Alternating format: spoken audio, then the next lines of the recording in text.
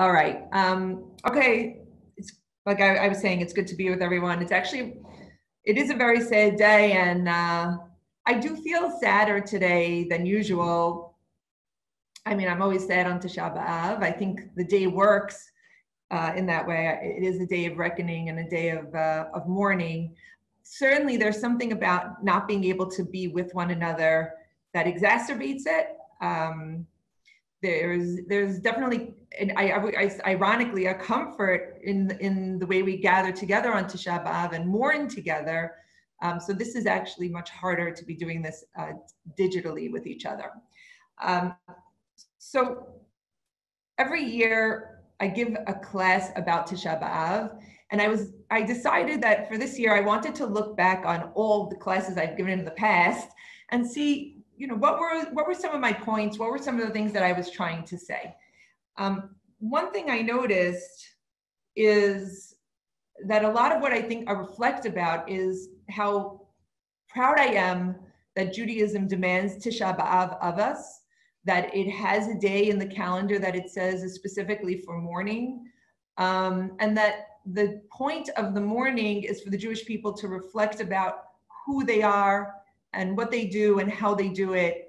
And that day of reflection that we're in, and we're just after Chatzot here, that it's not a day that exists in isolation. It's the beginning of a journey that the rabbis and that our, the course of our year wants us to take, so that in a few weeks from now, we're ready for Rosh Hashanah and we're ready for Yom Kippur. And the reflection of Tish'a BeAb and the sense of loss that we're feeling and sadness. And if we're not feeling it, that also, a lot of people have a hard time connecting to emotions. However, this is the emotion that we're connecting to, the idea of abandonment and loss, and that we had something very special. We had the land of Israel as our own, under our own authority, and we lost it. People asked a question. I went to a few classes today, why are we still in mourning if we have the land back? And the answer is very complex, and I don't want to give it here necessarily, but one thing that my personal answer is, to be a Jew is to live inside of the current historical moment, but also to constantly be aware of our past. So there's never a time, even when we're in a place that feels better or good or secure, that we're not forgetting that there were more difficult times. And forgetfulness is always seen as very dangerous to us. I think that the fact that Judaism demands that we read so much, that every Shabbat we go to shul, and that the demand when you go to shul is you must, first of all, read these prayers, connect, but also listen to this piece of the Torah. Think about this piece of the Torah. We are, people, they call us the people of the book. We're so textual, and we reflect so much, and we never let go of that reading, because we understand differently than anybody else on this planet understands, that Jews understand that history is our greatest teacher, and that we live inside of it, and that to forget it is very dangerous. So on Tish'a BeAb, it's a day of memory and of mourning. So what are we remembering? What's our job today? It's our job to remember that things fell apart, that things did not sustain themselves well. And in the moment, and in the, in the beginning of the day, last night and this morning, the only thing to think about was the fact that there was destruction and loss. As we pull into the second half of the day, the question starts to become, why? Why was there loss? Why was there destruction? How did this happen? Every year we read the story. I went to 5 classes today. It was quoted in every class. It's the very famous story of Kamsa and Bar Kamsa. And we're going to talk about it for a minute today, certainly. But the question I'm going to ask afterwards is, if we read it every year, right? And we know the story so well, and we keep giving, and the reason I look back on all my classes, if we keep giving classes every year, then are things getting better?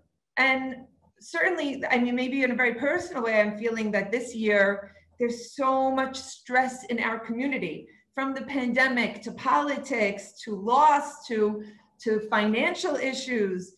The stress levels are so high. and people are having such a hard time moving away from this concept of sinat chinam. It's getting harder, not easier. But if we read the story every year, then why is it getting so much harder, right? So let's revisit it for a minute. We have such a short amount of time, but let's just read it. It's, you know, the famous story. I'm not going to read the whole thing. It's this idea of that the destruction of the temple started with a verbal glitch. Okay, that's what it was. It was a weird verbal glitch. A guy was sending out invitations and it said Bar Kamsa instead of Kamsa on the invitation. It got to the wrong guy. The wrong person comes to the party. It's his enemy. He sees him at the party. He tries to kick him out. This Bar Kamsa keeps saying, "You're embarrassing me in public. Don't kick me out." He throws him out of the party. And then Bar Kamsa, who got thrown out, gets so upset, not even at the guy who threw him out. He gets upset because the rabbis were at the party. And the rabbis did nothing, and they stood by and watched him be publicly embarrassed. That's the beginning of the story. What I sometimes think we forget to read is the little line before the story starts. The little line is, Rabbi Yochanan says, what is the meaning of that which is written? Happy is the man who fears always, but he who hardens his heart shall fall into mischief. That's the English. Amar Rabbi Yochanan, ma'i dachtiv, ashrei adam mefached tamid, umekashet libo yipol b'ra'ah.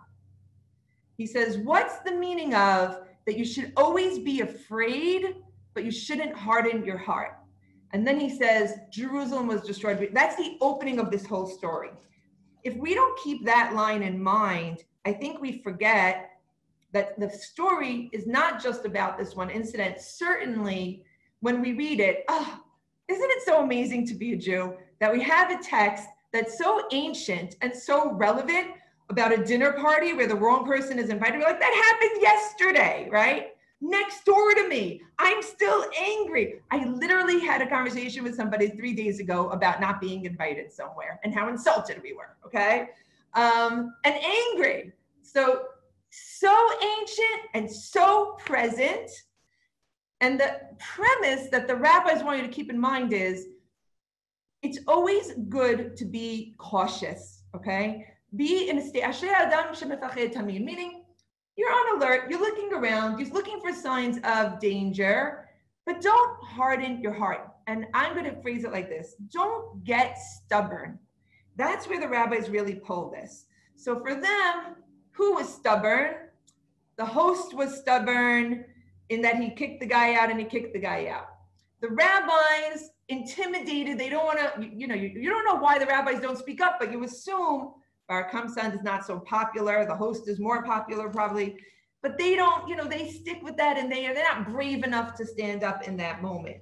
Then this Bar Kamsa guy goes and he says, I'm going to get the Romans to destroy the whole Jewish people. And he does it by saying, you offer a sacrifice to the temple and you're going to see they're not going to give it. And on the way he takes the animal for the Romans and he puts a little piercing in the eye so that it has a little moon, but that the Romans wouldn't know it, but the rabbis would. And then the rabbis see the animal and they're like, what are we going to do? It has a moon. We can't do it.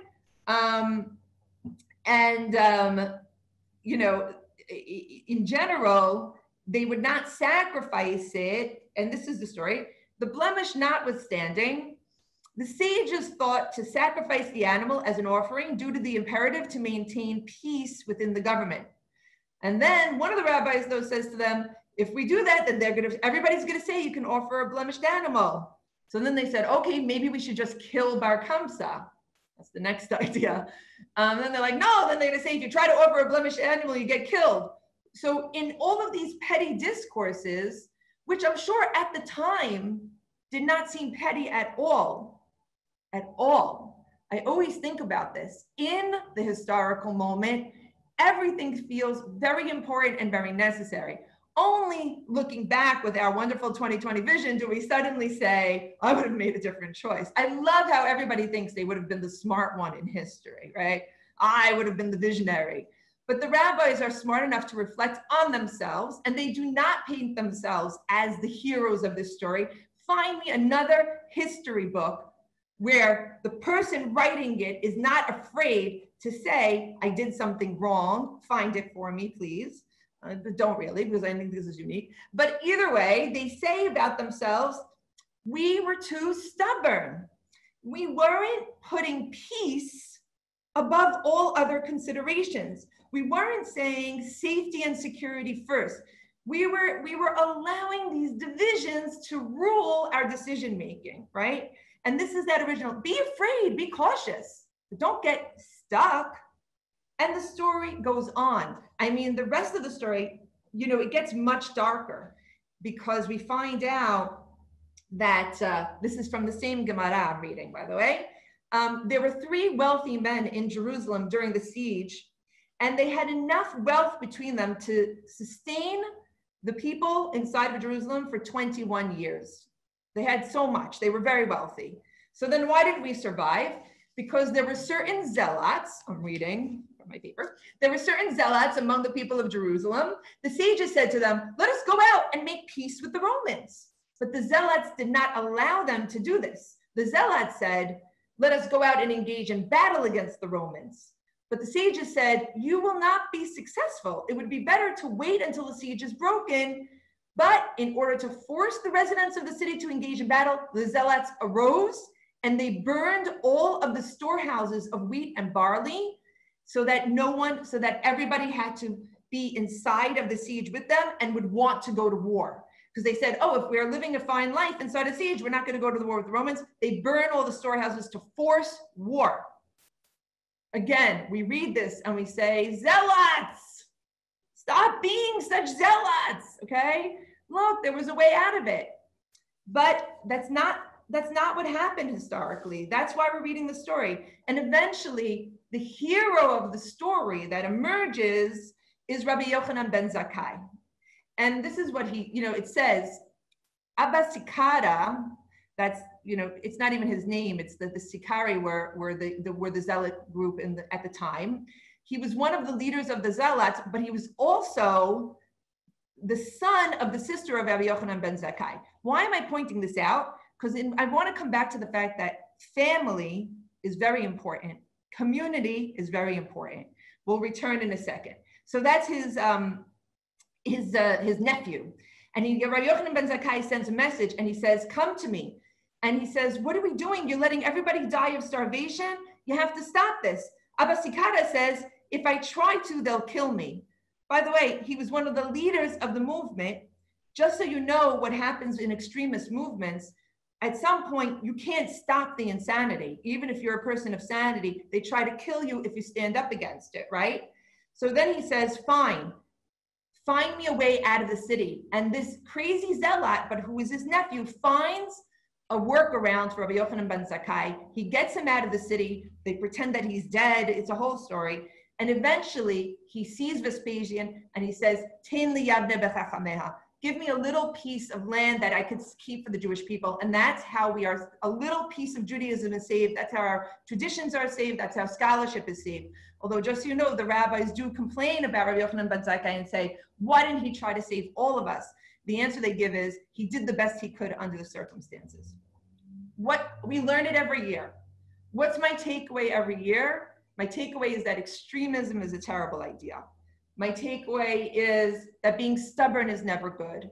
And the takeaway, not mine, I'm sorry, I'm saying mine. The takeaway of the Jewish people, and that was taught to us by our rabbis, is that we have to do everything we can to fight sinat chinam. We can't hate each other. The hatred of Jews hating each other leads to the destruction of the Jewish people. That is it. They gave us the recipe. Fabulous. I listened, I'm listening. So my question is, so then if we know this, and if the rabbis gave us this book, these stories, and they instructed us so clearly around this, where are things going wrong? And my first answer is this. First of all, I think cliches are dangerous. I find that sometimes we say things that are very beautiful, like we should all love each other and we should all be kind and we shouldn't hate each other. But I'm sorry, I'm trying to mute someone. But we don't live, but cliches are meaningless in the long run, right? They're so nice to say, but who actually don't be afraid, don't do this, be kind. Yeah. So I wanted to spend the last couple of minutes I have with you telling you what my next step was. So if I don't want it to be a cliche, what I've been trying to do recently in my readings and in my thought, and what I really believe is start yourself, know thyself. And I think the answer to figuring out why things are going wrong in the world must start with looking inside of yourself, your own personal self, and figuring out where you're getting it wrong. Because if you can't do that internally, you certainly can't do that on a larger scale. So something I was thinking about for myself is, why am I so angry? You know, I've been feeling a lot of anger and like intensity lately. You know, there are conversations going on like in WhatsApp chats and with family members, and we're yelling at each other and we're getting angry. And I'm like, how could it be? We do love each other. I know we do. Like, God forbid, if anybody was sick or if anybody had a tragedy, we would let go of all these fights. So then why am I still feeling so much of these icky feelings? One thing I realized about myself is I think I am an extremist about the idea of Jewish survival.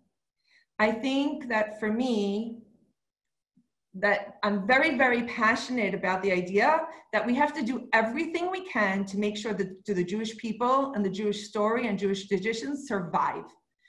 And I dedicated my whole life to that, really. And it's definitely my parents' fault. I blame them for this horrible burden that they gave me of feeling that it's my responsibility to like protect the future of the Jewish people.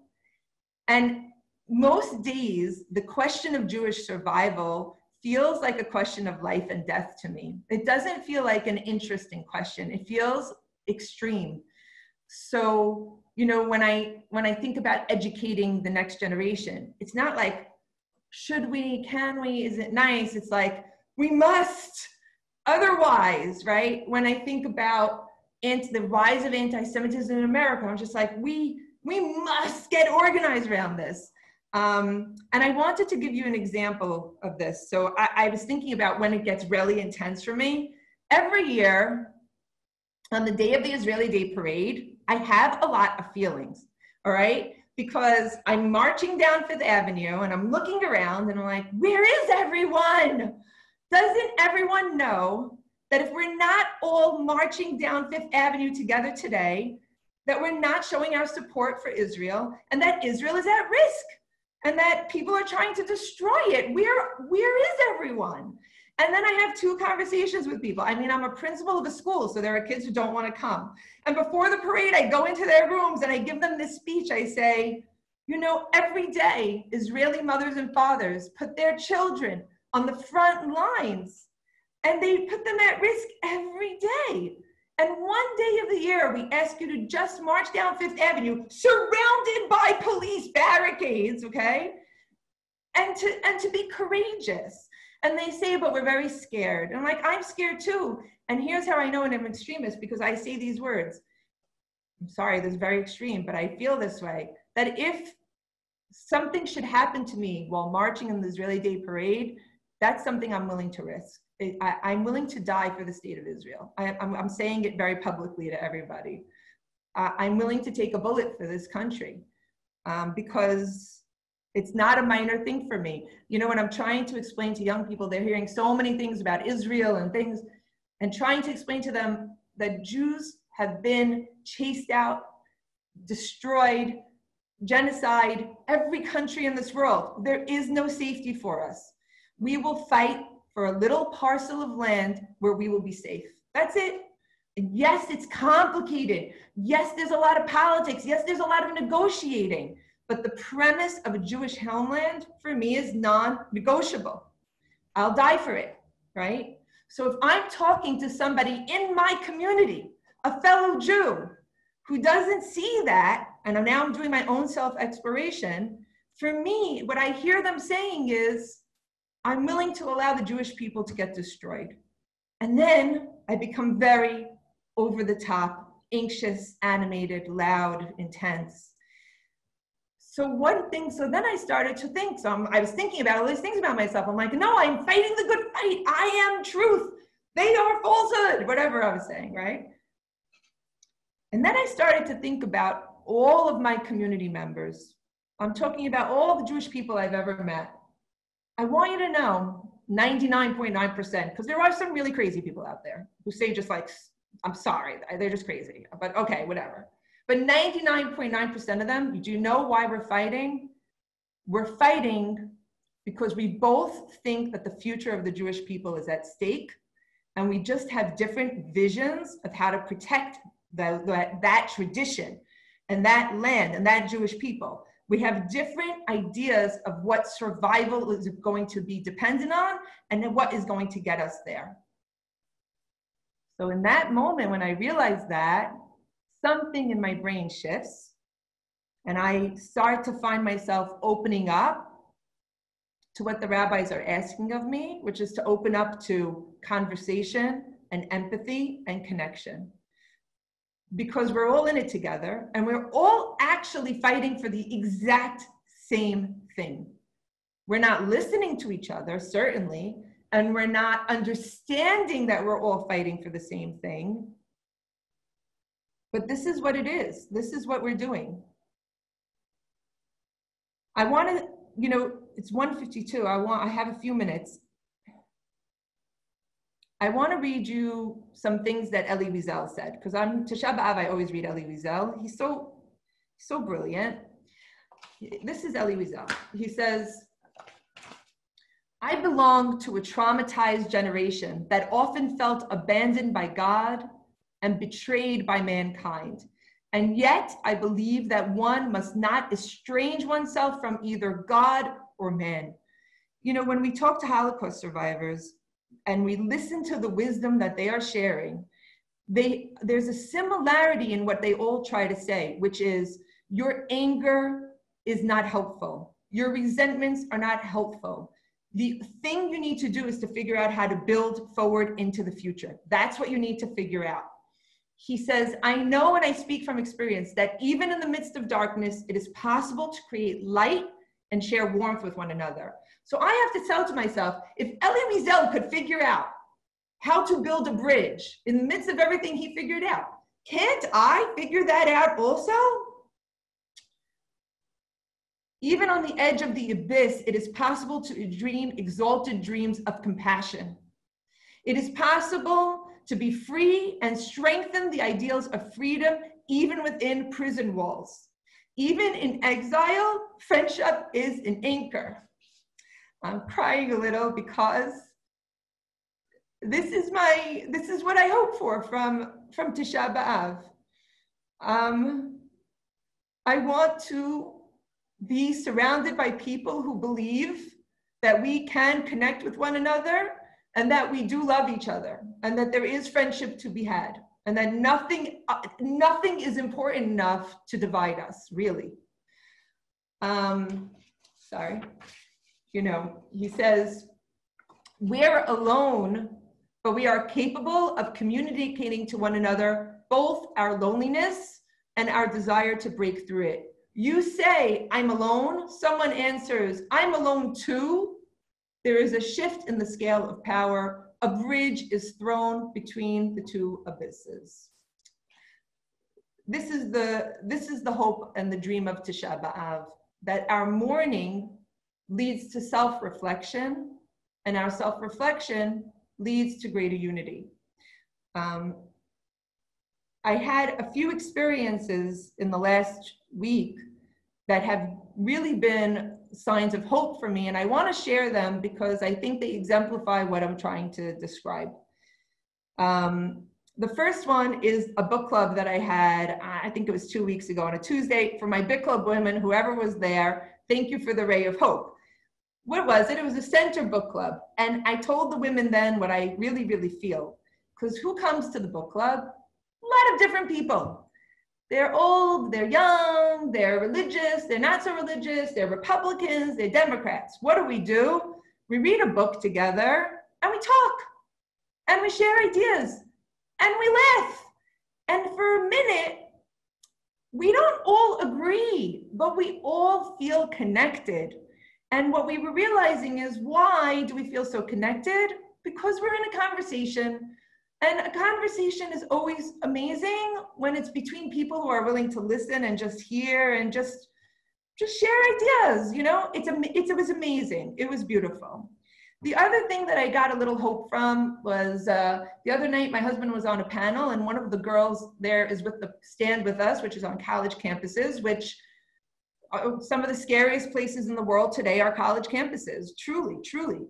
And the work that she does every day is to figure out how to protect Jewish life, the state of Israel, and the Jews on campus from the wave that is coming at us, right?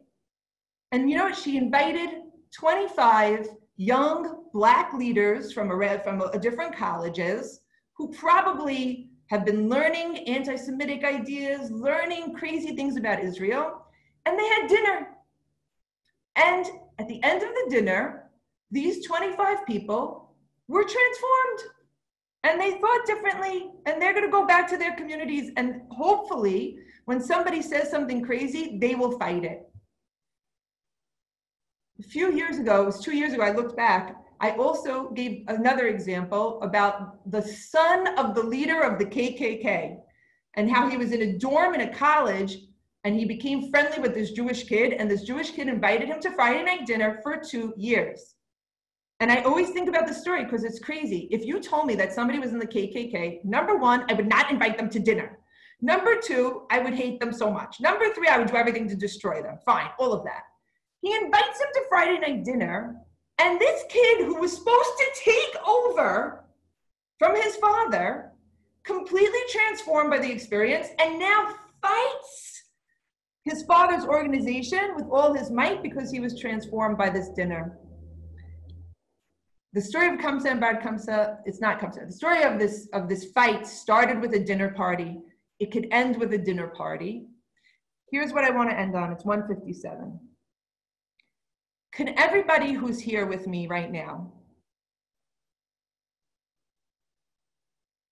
try to think of somebody that you're in a real disagreement with right now, that you are hating, that you think is trying to destroy the Jewish people, like I told you, which is my number one fear. My number one fear is the future of the Jewish people. And it's not a small matter. It's a matter of life and death for me, because the Jewish people are always at risk, and our lives are always being threatened, and the stakes are very high. Can we find someone and figure out a way to bring the Jewish people together and to unite? Find one person that you are really angry with and really fighting with, and use this Tish'a BeAb to figure out if you could connect. Because if we can find a way to unify, the rabbis tell us, and the Torah tells us, and I 100% believe that this is our hope, because they're giving us the transcript for hope. Things will get better. Things are going to be okay. And I want everybody to know, just so you know, everything's going to be okay. Everything is going to be okay. Hashem is on our side. He is protecting us. He is going to take care of us. He will not allow us to fall. We do have the land of Israel. We will do everything we can to protect it. There's so much good that's happening. Let us be a force for good in this world. Let us find a way around extremism and zealotry and stubbornness. And Hashem should help us in these efforts. Thank you, everybody.